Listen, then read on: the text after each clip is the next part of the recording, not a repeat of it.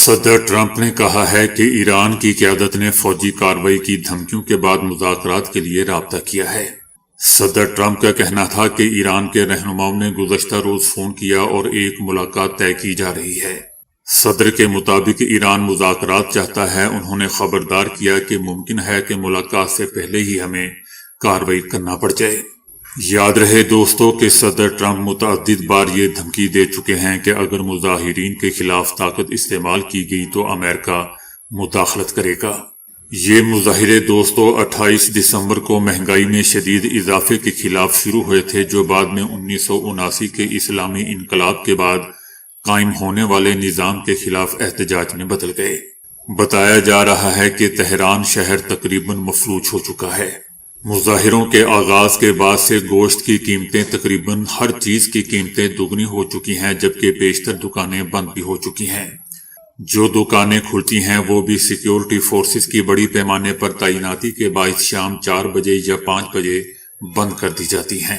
بتایا جا رہا ہے کہ یہ مظاہرے 86 سالہ سپریم لیڈر آیت اللہ خامنائی کی حکومت کے لیے ایک بڑا چیلنج بن چکے ہیں، خاص طور پر جون میں ایران اور اسرائیل کے درمیان 12 روزہ جنگ کے بعد، جس کی امریکہ نے حمایت کی تھی۔ ایرانی ٹی وی نے جلتی ہوئی عمارتیں، جن میں ایک مسجد بھی شامل ہے، اور سیکیورٹی اہلکاروں کے جنازوں کی تصاویر نشر کی ہیں۔ تاہم 3 دن کی شدید کارروائیوں کے بعد سرکاری میڈیا نے اتوار کو حالات میں بہتری ظاہر کرنے کی کوشش کی۔ تہران کے گورنر کا بھی کہنا ہے کہ مظاہروں کی تعداد میں کمی آ رہی ہے۔ امریکہ میں مقیم معزول ایرانی شاہ کے بیٹے رضا پہلوی نے ایرانی سرکاری ملازمین اور سیکیورٹی فورسز سے مطالبہ کیا ہے کہ وہ عوامی احتجاجی تحریک کا ساتھ دیں۔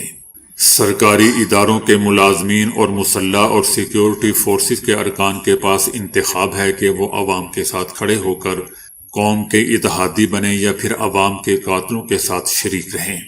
رضا پہلوی نے بیرون ملک ایرانی سفارتخانوں کے باہر اسلامی جمہوریہ کے پرچم کی بجائے انقلاب سے پہلے والا قومی پرچم لہرانے کا بھی مطالبہ کیا، بھونڈا مطالبہ کر دیا۔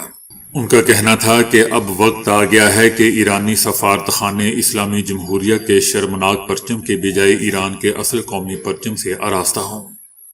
ایران کے سپریم لیڈر خامنائی نے امریکی صدر ٹرمپ کو تنقید کا نشانہ بناتے ہوئے دوستوں کہا ہے کہ فرعون، نمرود اور رضا شاہ کے ساتھ جو انجام ہوا وہی ٹرمپ کے ساتھ بھی ہوگا۔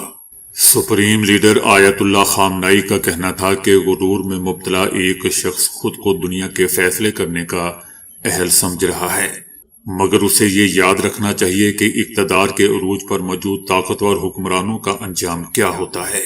سپریم لیڈر کا کہنا تھا کہ تاریخ گواہ ہے کہ ظالم، غرور اور طاقت کے نشے میں مبتلا حکمرانوں کا زیادہ دیر تک قائم رہنا بہت مشکل ہو جاتا ہے۔ ایرانی صدر ڈاکٹر مسعود نے بھی امریکہ اور اسرائیل پر ایران میں بدامنی پھیلانے کا الزام عائد کیا ہے۔ دوسری طرف ایران نے امریکہ اور صہیونی حکومت کے خلاف مزاحمت کے دوران مرنے والوں کی یاد میں ملک بھر میں 3 روزہ سوگ منانے کا اعلان کیا ہے۔ یہ اعلان دوستو ایسے وقت میں سامنے آیا ہے جب ایران میں گزشتہ 2 ہفتوں سے جاری بدامنی کے دوران اموات میں اضافہ ہوا ہے، جس کا الزام ایرانی حکام نے امریکہ اور اسرائیل پر عائد کیا ہے۔ ایران کا کہنا ہے کہ یہ دونوں ممالک اپنے مقاصد کے حصول کے لیے ایران میں فسادات کروا رہے ہیں۔ آل انڈیا مجلس اتحاد المسلمین کے سربراہ اسد الدین اویسی نے دہلی فساد معاملے میں ملزم عمر خالد اور شرجیل امام کو ضمانت نہ ملنے کے لیے کانگریس پارٹی کو ذمہ دار ٹھہرایا۔ ان کا کہنا تھا کہ غیر قانونی سرگرمیاں ایکٹ یعنی UAPA کا قانون، جس کے تحت ان کے خلاف مقدمہ درج کیا گیا ہے، اسے کانگریس کے دور حکومت میں ہی بنایا گیا تھا۔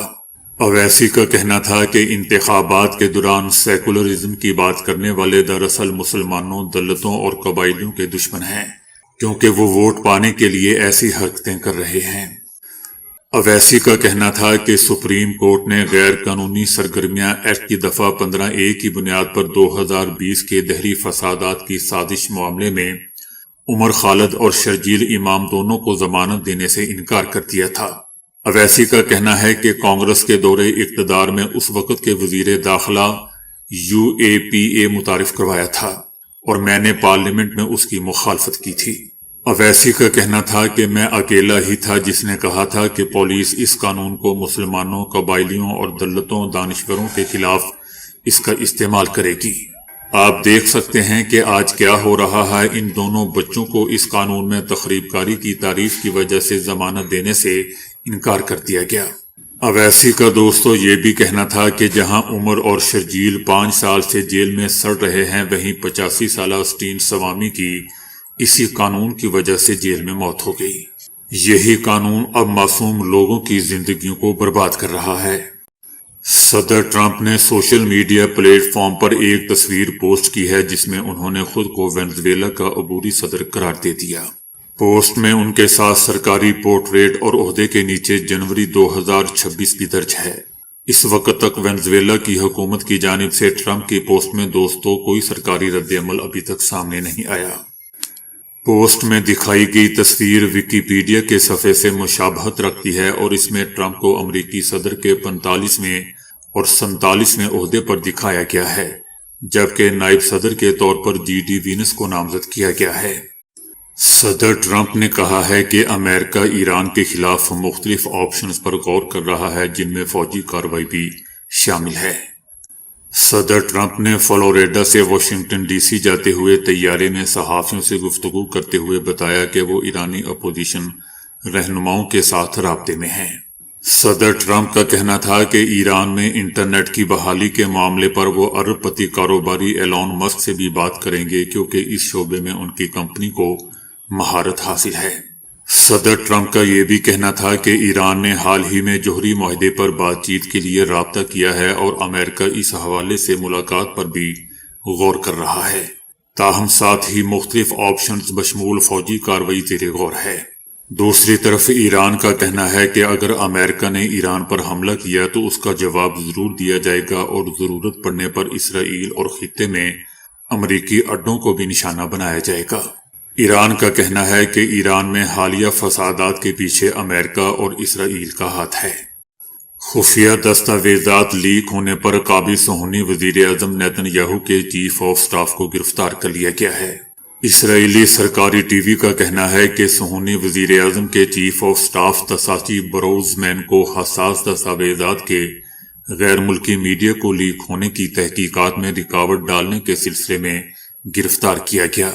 بروزمین کو 433 یونٹ میں تحقیقات کے لیے لایا گیا ہے۔ یہ یونٹ 2008 میں سنگین جرائم اور بدعنوانی کی تحقیقات کے لیے قائم کیا گیا تھا۔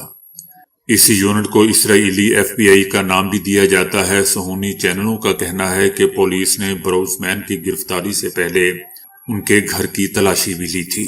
صہیونی رجیم کی پولیس نے نیتن یاہو کے سابق ترجمان ایلی فلڈ سٹائن کو بھی طلب کر لیا ہے جو پہلے ہی اس کیس میں گرفتار ہو چکے تھے۔